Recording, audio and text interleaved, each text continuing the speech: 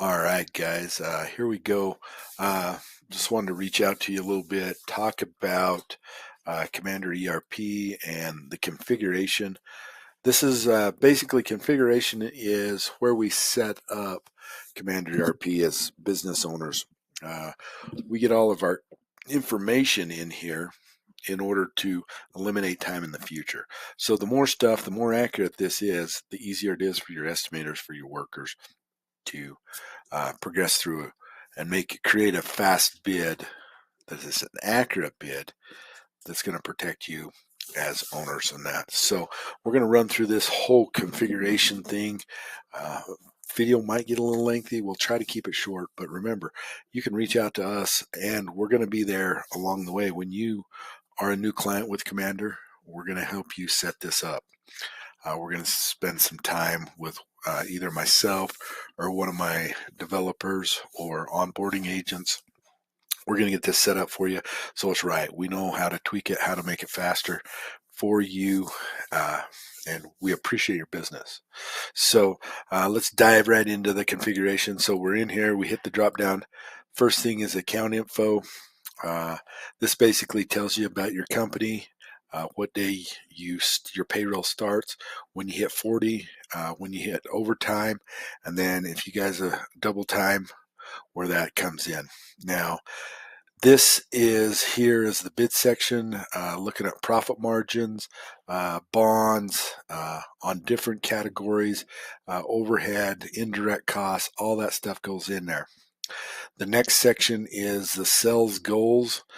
This is how many for our sales teams, the ones that are assigned as estimators, how much they need to get done, and what we expect out of them every month. Same thing with consumption goals.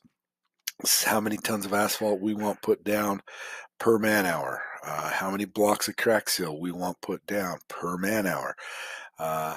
KPIs, building out KPIs, giving them measurables. So if somebody's not hitting their goals, then we need to know why they're not hitting their goals. And that's so basically we've covered everything in there that you should need. Trucking goals, truck drivers get stuff there fast, safely but fast. Maintenance goals for our mechanics, what we expect, and when trucks should be in and out of there, all that. So that's the company.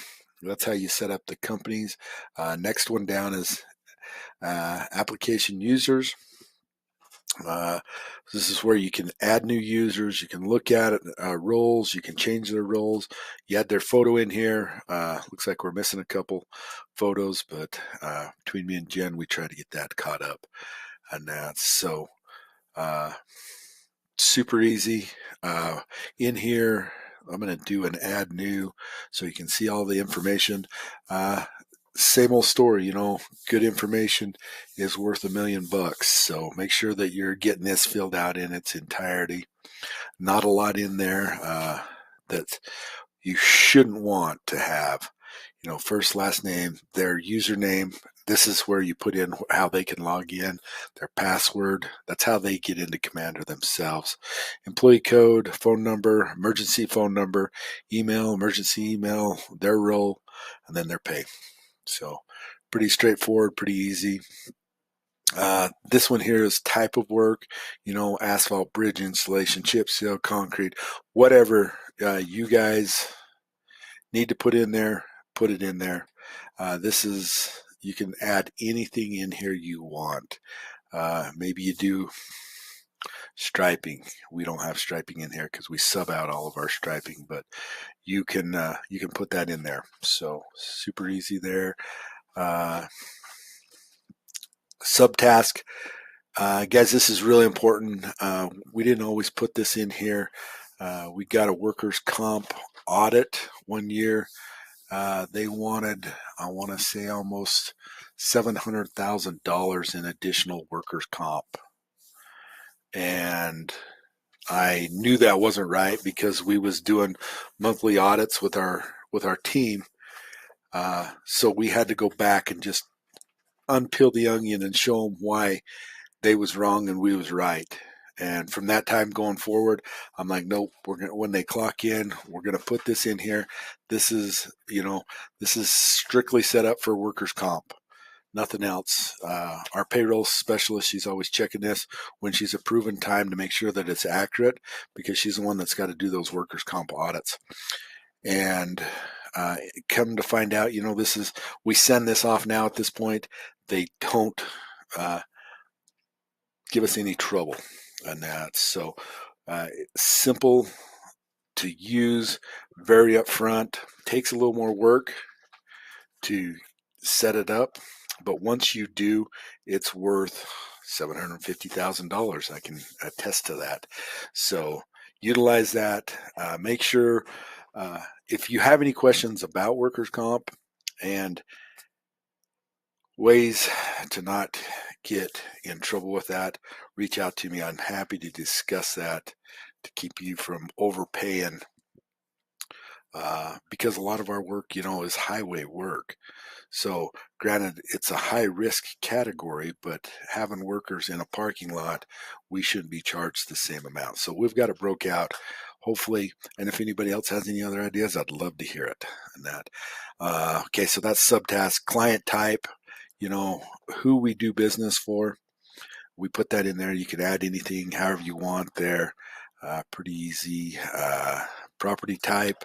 What kind of properties are we doing? Church, city government, commercial property, county government, DFCM. So you can add those in there. Proposal items.